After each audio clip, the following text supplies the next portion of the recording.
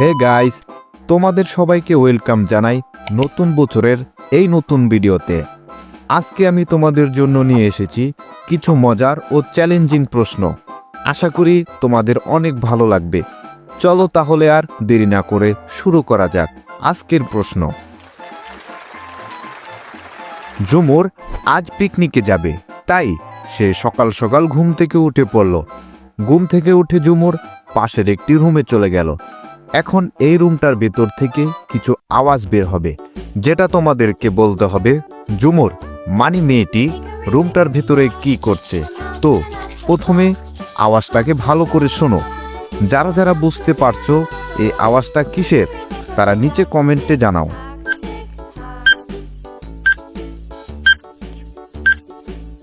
চলো এবার উত্তরটা দেখে নেই। এই আওয়াজটা হচ্ছে দাঁত ব্রাশ করা। আসলে ঝুমুর বাথরুমে ঢুকে দাঁত ব্রাশ করছিল। এটা তো ছিল সহজ। এবার পরের প্রশ্নটা দেখি। এটা হচ্ছে গৌতম আদানির বাড়ি, আর এটা হচ্ছে গরিব লোকের বাড়ি। নিউ ইয়ার্ক উপলক্ষে দুটো বাড়িতে পার্টি চলছিল। তারপর কিছুক্ষণ পর হঠাৎ করে দুটো বাড়িতে আগুন লেগে যায়। বলতো পুলিশ সবার আগে কোন বাড়ির আগুন নেভাবে, গৌতম আদানির বাড়িতে নাকি গরিব লোকটির বাড়িতে? উত্তর দেখার আগে কমেন্টে তোমাদের মতামত লিখে দাও।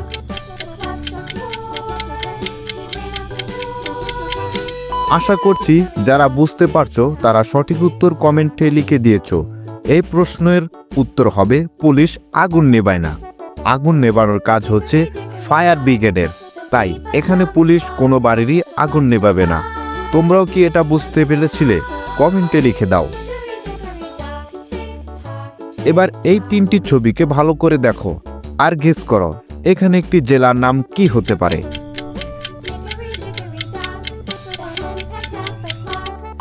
এখানে প্রথমে রয়েছে জলপাই, প্লাস তারপরেই তোমরা বুঝতে পারছো, এবং শেষে রয়েছে ডয়শূন্য ঋষি।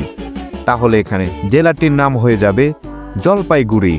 তোমরা কারা কারা এই জেলাটির নাম আগে শুনেছ কমেন্টে অবশ্যই জানাবে। চলো এবার পরের প্রশ্ন।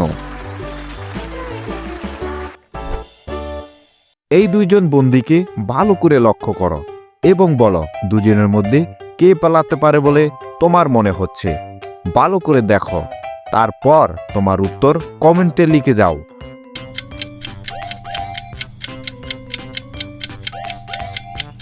চলো এবার উত্তরটা দেখে নিই। যদি তোমরা ভালো করে লক্ষ্য করো তাহলে দেখবে প্রথম বন্দী তার খাবার খেয়ে ফেলছে, কিন্তু দ্বিতীয় বন্দী এখনো খাবার খায়নি। কেন খায়নি জানো? কারণ তার খাবারের ভিতরে একটি চাবি লুকানো আছে। সে যদি এখন খাবার খেয়ে ফেলে তাহলে চাবিটা দেখা যাবে। তাই সে ধৈর্য ধরে রাত হওয়া পর্যন্ত অপেক্ষা করছে। রাত হলেই সে এই চাবিটির সাহায্যে জেলের দরজা ভেঙে পালিয়ে যাবে। যদি ভিডিওটি তোমাদের ভালো লাগে তাহলে একটি লাইক করে দাও।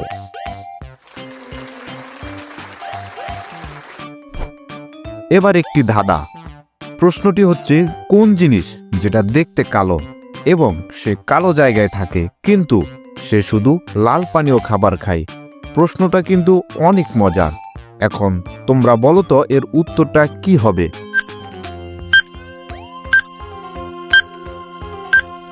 সঠিক উত্তর হচ্ছে উকুন।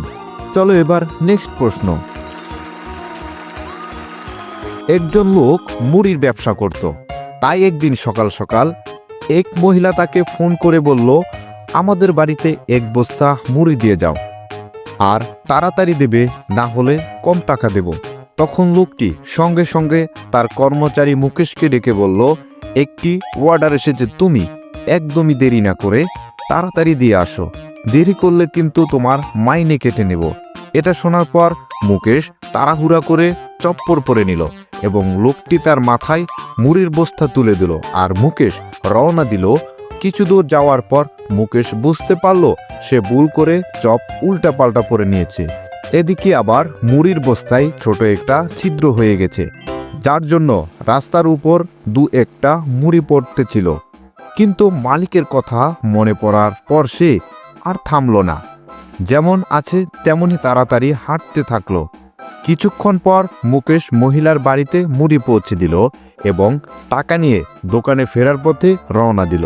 তারপর কিছুক্ষণ পর হঠাৎ সে দেখল কুয়াশায় খুব বেড়ে গেছে। এখন সামনে রয়েছে 3টি একই রকম রাস্তা, কিন্তু কুয়াশার কারণে সে বুঝতে পারছে না সে কোন রাস্তা দিয়ে এসেছিল। এখন প্রশ্ন হলো, এই 3টির মধ্যে কোন রাস্তা দিয়ে এসেছিল?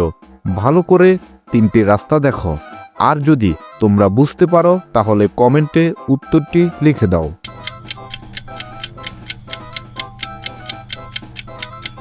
সঠিক উত্তর হলো দ্বিতীয় রাস্তা, কারণ তোমরা প্রথমেই দেখেছিলে মুকেশ চপ্পর পরেছিল, তাও আবার উল্টো পাল্টা, এবং আরও দেখেছিলে তার মুড়ির বস্তায় একটি ছোট ছিদ্র ছিল, যার জন্য রাস্তায় 2-1টা মুড়ি পড়েছিল।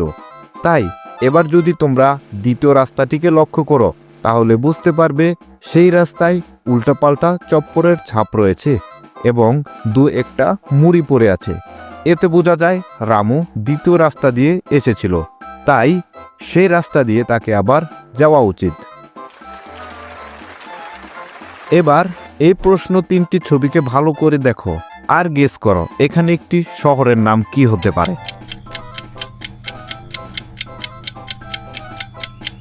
এখানে প্রথমে রয়েছে শিলি, প্লাস পরেরটা তোমরা বুঝতেই পারছো শেষে রয়েছে রি, তাহলে এখানে শহরটির নাম হয়ে যাবে শিলিগুড়ি। তোমরা কারা কারা এই শহরটি চেনো কমেন্টে অবশ্যই বলবে। এবং পরের প্রশ্নটি চলে যাওয়া যাক। তোমাদের সামনে 4টি গ্লাস রাখা আছে।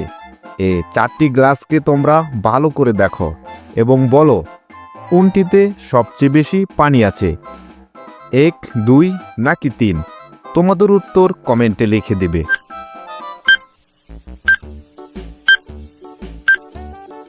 চলো এখন উত্তরটা সহজে করে বুঝে নেওয়া যাক।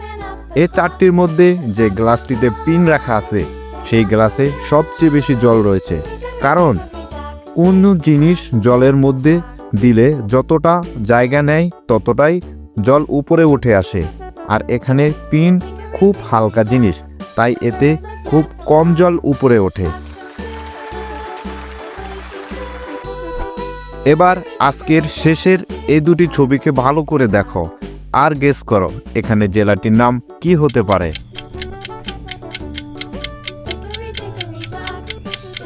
তো তোমরা দেখতেই পাচ্ছ প্রথমে রয়েছে মোদি প্লাস তারপরে নূপুর, তাহলে এখানে জেলাটির নাম হয়ে যাবে মদিনাপুর।